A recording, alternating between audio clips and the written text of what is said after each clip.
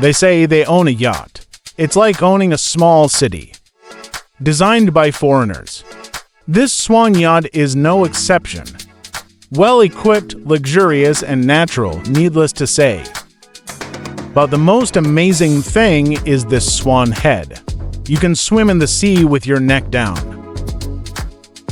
You can lift and lower freely if you need to. Then you can stand on the head of the swan and overlook the sea. When the yacht is in neutral, his neck can also rest his head flat on the water. Then the head can be separated from the neck. It's a zeppelin. After reading it, I can't help but feel that it's nice to be rich.